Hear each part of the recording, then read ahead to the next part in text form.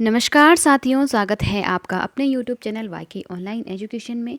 दोस्तों, सबसे पहले तो आप लोगों को मैं बहुत सारा धन्यवाद देना चाहूँगी कि आप लोगों ने इतनी मेहनत की, इतना प्यार, इतना सम्मान दिया हमें कि आज हमारे 1K सब्सक्राइबर कंप्लीट हो चुके हैं। तो इसका पूरा का पूरा श्रेय मैं आप सब लोगों को देना चाहती हूँ, जिन्होंने भी हमें सपोर्ट किया, जो लोग हमें देखते हैं, हमारे वीडियोज़ शेयर करते हैं, जिन्हें अच्छा लगता है, जो लोग कमेंट करते हैं, उनको मैं दिल से धन्यवाद देना चाहती हूँ।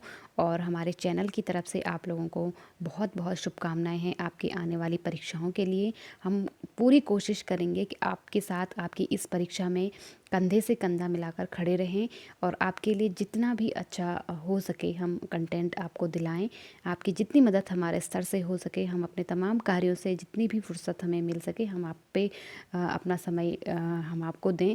तो ऐसी हमारी कोशिश रहती है। तो इसी के साथ आज का सेशन शुरू करते हैं।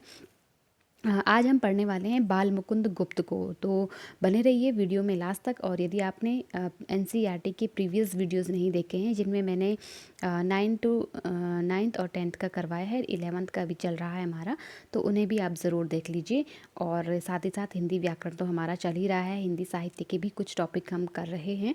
तो आप लोग देखते रहिए, क्योंकि कहीं से भी आपके प्रश्न बन सकते हैं। ठीक, तो चलिए, अगर आपने सब्सक्राइब नहीं किया है तो कर लीजिए और अपने दोस्तों के साथ शेयर करना बिल्कुल भी ना भूलिए। चलिए, आज बाल मुकुंद गुप्त जी के बारे में हम जानेंगे। देखो, सबसे पहले इनका यहाँ पे एक लेख है, जो लिखना था वह लिखा गया सॉरी। अब खुलासा बात यह है कि एक बार शो और ड्यूटी का मुकाबला कीजिए। तो ये शिव शंभू के चिट्ठे इन्होंने एक लेख लिखा था, एक निबंध लिखा था, उससे लिया गया है। ठीक है, तो पंक्तियाँ आप ध्यान रखिए, कई बार पंक्तियाँ डायरेक्टली आपसे पूछ ली जा सकती हैं। चलिए, अब हम जानते हैं इनके जीवन परिचय के बारे में कुछ सामान्य सी जानकारी। इनका जन्म जो है 1865 ईस्वी में ग्राम गुड़ियानी, ज़िला रोहतक यानी कि हरियाणा में हुआ था। प्रमुख संपादन इन्होंने जिन अखबारों या जिन पत्र का संपादन किया था, उसमें है अखबार ए चुनार, हिंदुस्तान, हिंदी बंगवासी और भारत मित्र। ठीक, तो इम्पॉर्टेंट है, आपको ध्यान रखने हैं। इसके बाद हम बात करेंगे प्रमुख रचनाओं की। तो शिव शंभू के चिट्ठे और ख़त, खेल तमाशा, ये इनके क्या हैं, प्रमुख रचनाएं हैं। ठीक, शिव शंभू के चिट्ठे तो बहुत बार पूछा भी गया है और बहुत इम्पॉर्टेंट है। इनकी मृत्यु जो है 1907 ईस्वी में हुई थी। अब बात करते हैं, कुछ और इनके बारे में जान लेते हैं। गुप्त जी की आरंभिक शिक्षा उर्दू में हुई। बाद में उन्होंने हिंदी सीखी। विधिवत शिक्षा मिडिल तक प्राप्त की, मगर स्वाध्याय से काफ़ी ज्ञान अर्जित किया। मतलब 10वीं तक ही ये पढ़ पाए थे, लेकिन स्वाध्याय किया और उससे काफ़ी ज्ञान अर्जित किया। वे खड़ी बोली और आधुनिक हिंदी साहित्य को स्थापित करने वाले लेखकों में से एक थे। उन्हें भारतेंदु युग और द्विवेदी युग के बीच की कड़ी के रूप में देखा जाता है। बहुत इंपॉर्टेंट लाइन है दोस्तों, कई बार आपसे पूछ भी ली गई है। नेट के पेपर में भी एक बार ये प्रश्न पूछा गया था। तो जो लोग थोड़ा टीजीटी टीचिंग एग्ज़ाम की तैयारी कर रहे हैं ना, तो वो लोग भी इस चीज़ को ध्यान रखें। ठीक है, भारतीय युग और द्विवेदी युग के बीच की कड़ी के रूप में जाना जाता है किसे, बाल मुकुंद गुप्त जी को। इसके बाद है बाल मुकुंद गुप्त राष्ट्रीय नवजागरण के सक्रिय पत्रकार थे। उस दौर के अन्य पत्रकारों की तरह वे साहित्य सृजन में भी सक्रिय रहे। पत्रकारिता उनके लिए स्वाधीनता संग्राम का हथियार थी। तो जैसे मैं आपको हमेशा बताती रहती हूँ ना, कि जो साहित्यकार होता है वो अपनी युगीन परिस्थितियों को मद्देनज़र रखते हुए लिखता है। तो वैसे ही उस समय भी था, भारत अंग्रेज़ों का गुलाम था। तो इन्होंने यहाँ पे मतलब अपने अपने स्तर से हर कोई व्यक्ति अपने देश को आज़ाद कराने के सपने देखता रहता था और उसके लिए कार्य करते रहते थे। तो ये जो साहित्यकार वर्ग था, ये भी अपनी कलम के माध्यम से, क्योंकि कलम ही साहित्यकार की क्या होती है, हथियार होती है। तो शस्त्र अस्त्र यही इनके होते हैं। तो इन्होंने अपनी कलम के द्वारा ही अपने देश को स्वाधीनता जो दिलाने में बहुत बड़ा योगदान दिया है। तो पत्रकारों के लिए तो उनके पत्र थे, और साथ ही साहित्य लेखन के लिए, साहित्यकारों के लिए उनकी कलम थी। ठीक, तो बाल मुकुंद गुप्त, मैंने कहा कि नवजागरण के सक्रिय पत्रकार थे। ठीक, तो फिर है पत्रकारिता उनके लिए स्वाधीनता संग्राम का हथियार थी। यही कारण है कि उनके लेखन में निर्भीकता पूरी तरह मौजूद है, यानी कि किसी से वो कोई भय नहीं रखते थे, ऐसा उनके पत्रों में, ऐसा उनके लेखों में भाव नज़र आता है। साथ ही उसमें व्यंग्य विनोद का भी पुट दिखाई देता है, यानी कि अंग्रेज़ों के प्रति उन्होंने खूब व्यंग्य किए हैं। ठीक, फिर है, उन्होंने बांग्ला और संस्कृत की कुछ रचनाओं के अनुवाद भी किए। वे शब्दों के अद्भुत पारखी थे। अस्थिरता शब्द की शुद्धता को लेकर उन्होंने महावीर प्रसाद द्विवेदी से लंबी बहस की। एक शब्द आया था जहाँ पे अनस्थिरता, क्योंकि एक लेख है जहाँ पे महावीर प्रसाद द्विवेदी जी ने अनस्थिरता शब्द का प्रयोग किया था। तो बालमुकुंद गुप्त क्योंकि शब्दों के पारखी थे, तो उन्होंने इस शब्द की व्याख्या को लेकर के महावीर प्रसाद द्विवेदी जी से एक लंबी बहस कर दी थी। ठीक, इस तरह के अन्य अनेक शब्दों पर उन्होंने बहस चलाई। इसके साथ ही विदाई संभाषण उनकी सर्वाधिक चर्चित व्यंग्य कृति है। तो ये जो विदाई संभाषण है जो आपके सिलेबस में रखा गया है यहाँ पे 11th के, उसमें ये जो लेख है ये किससे लिया गया है, शिव शंभू के चिट्ठे जो उनका लेख था उससे लिया गया है। ठीक है, इसका ही एक अंश है। तो ये बात आपको ध्यान रखनी है, आपसे पूछा जाएगा कि विदाई संभाषण किससे लिया गया है, तो शिव शंभू के चिट्ठे से लिया गया है। यह पाठ वायसराय कर्जन जो 1899 से 1904 एवं 1904 से 1905 तक 2 बार वायसराय रहे के शासन में भारतीयों की स्थिति का खुलासा करता है। यानी कि शिव शंभू के चिट्ठे किस पर लिखा गया है, जो कर्जन था ना, लॉर्ड कर्जन, उसका जो शासन, क्योंकि लॉर्ड कर्जन ने भारत पे मतलब 2 बार वायसराय रहा था भारत में उस समय, तो 1899 से 1904 और 1904 से 1905 2 बार का उसका कार्यकाल रहा।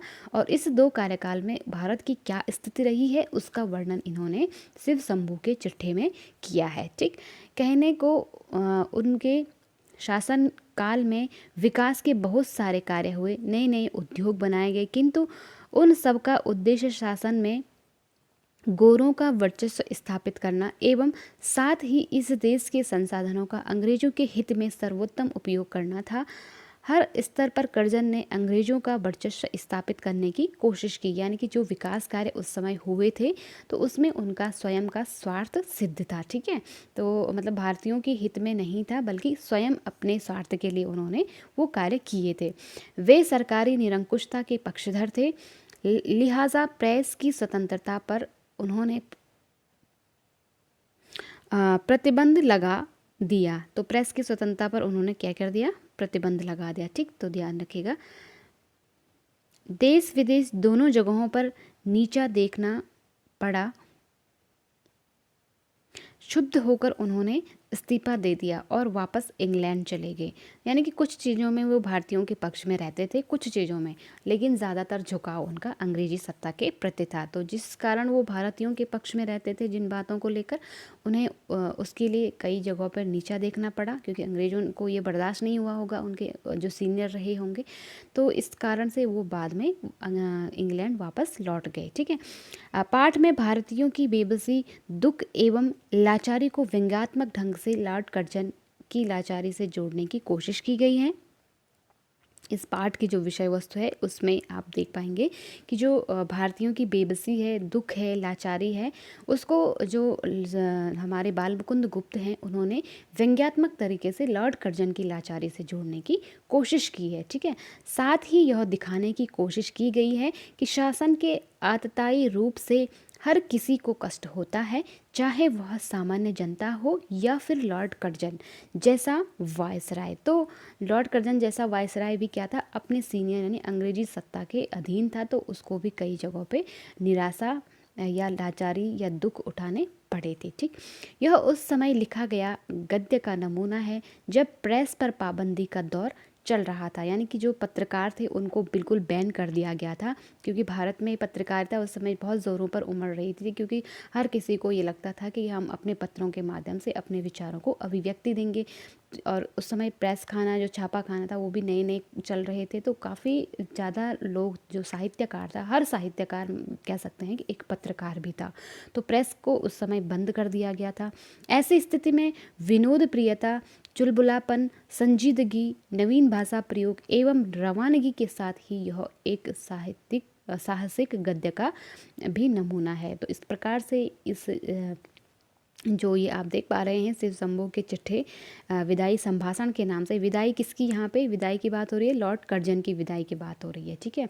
और विदाई क्यों हो रही है, क्योंकि उसने कुछ फैसले जो है भारतीयों के पक्ष में ले लिए थे, जिस कारण से उसे अपनी जो अंग्रेजी सत्ता थी उसका मतलब उसके तिरस्कार का सामना करना पड़ता है और वापस उसे कहाँ, इंग्लैंड जाना पड़ता है। तो इसी का इसमें वर्णन किया गया है, इसी को लेकर के इसका नाम विदाई संभाषण रखा गया है, ठीक। और कहाँ से लिया गया है, शिव शंभू के चिट्ठे से। तो इसकी विषय वस्तु मैं आपको बता चुकी हूँ कि इसका इसमें जो है वो किसके बारे में लिखा गया है, आपको ये ध्यान रखना है।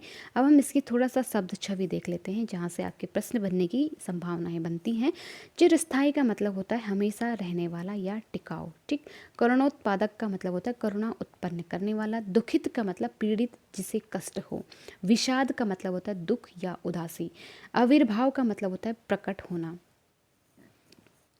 देखो, जब भी मैं आपको ये शब्द छवि इस तरह से बताती हूँ ना, तो आपको सिर्फ ऐसा ध्यान नहीं रखना है, इनको आपको क्या ध्यान रखना है कि जो ये शब्द है इसको हम कितनी तरह से पढ़ सकते हैं। कोई शब्द जैसे विषाद है तो कई बार आपको पूछ लिया जाएगा कि दुख के पर्यायवाची, तो दुख, उदासी, विषाद, ये आपको पता चला पर्यायवाची है ना। आविर्भाव यानी कि प्रकट होना। दुखांत का मतलब जिसका अंत दुखद हो, उसे क्या कहते हैं, दुखांत। और सुखांत जिसका अंत सुखांत हो। तो कई रचनाएं ऐसी होती हैं जो अंत में, जैसे आप फिल्में देखते हो ना, तो हम बोलते हैं ना हैप्पी एंडिंग।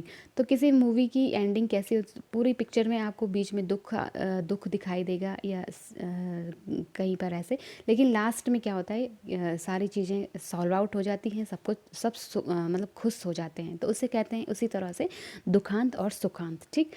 सूत्राधार यानी कि जिसके हाथ में संचालन की बागडोर हो, उसे कहते हैं सूत्राधार। सुखांत जैसे मैंने बताया, जिसका अंत सुखद हो। लीलामय मतलब नाटकीय। सारांश, निष्कर्ष या निचोड़, ठीक। पटकनी का मतलब होता है चित्त कर देना। और बेसिकली ये जो शब्द है ये आप कुश्ती में इस तरह का शब्द प्रयोग किया जाता है, पटकनी देना या चित्त करना, ठीक। तिलांजलि का मतलब होता है त्याग देना। पायमाल यानी कि पामाल जिसे कह रहे हैं, दुर्दशा, ग्रस्त या नष्ट करना, ठीक है। तो इस जो पाठ में जो ये शब्द हैं ये प्रयोग किए गए हैं। आरह का मतलब होता है आरा। अदना का मतलब होता है छोटा सा या हेय। विच्छेद मतलब टूटना। और ताब का मतलब होता है सामर्थ्य। तो ये आपकी शब्द छवि है जो आपको ध्यान रखनी है। और ये था हमारा विदाई संभाषण, जो कि बाल मुकुंद गुप्त जी के द्वारा लिखा गया है। शिव शंभू के चिट्ठे से विदाई संभाषण लिया गया है। इनकी रचनाएं और इनके कुछ पत्र हैं जो संपादन जिसका इन्होंने किया है, ये आपको ध्यान रखना है। तो आज के वीडियो में इतना ही है, जो आपकी परीक्षा की दृष्टि से महत्वपूर्ण था वो मैं आपको बता चुकी हूँ। यदि वीडियो अच्छा लगा हो तो एक लाइक ज़रूर करना, अपने दोस्तों के साथ शेयर करना बिल्कुल भी ना भूलिए। एक बार फिर से मैं आप सब लोगों को बहुत दिल से धन्यवाद देना चाहती हूँ। और अपना ख्याल रखिए, पढ़ते रहिए, अपनों का भी ध्यान रखिए। मिलते हैं अगले वीडियो में, तब तक के लिए नमस्कार।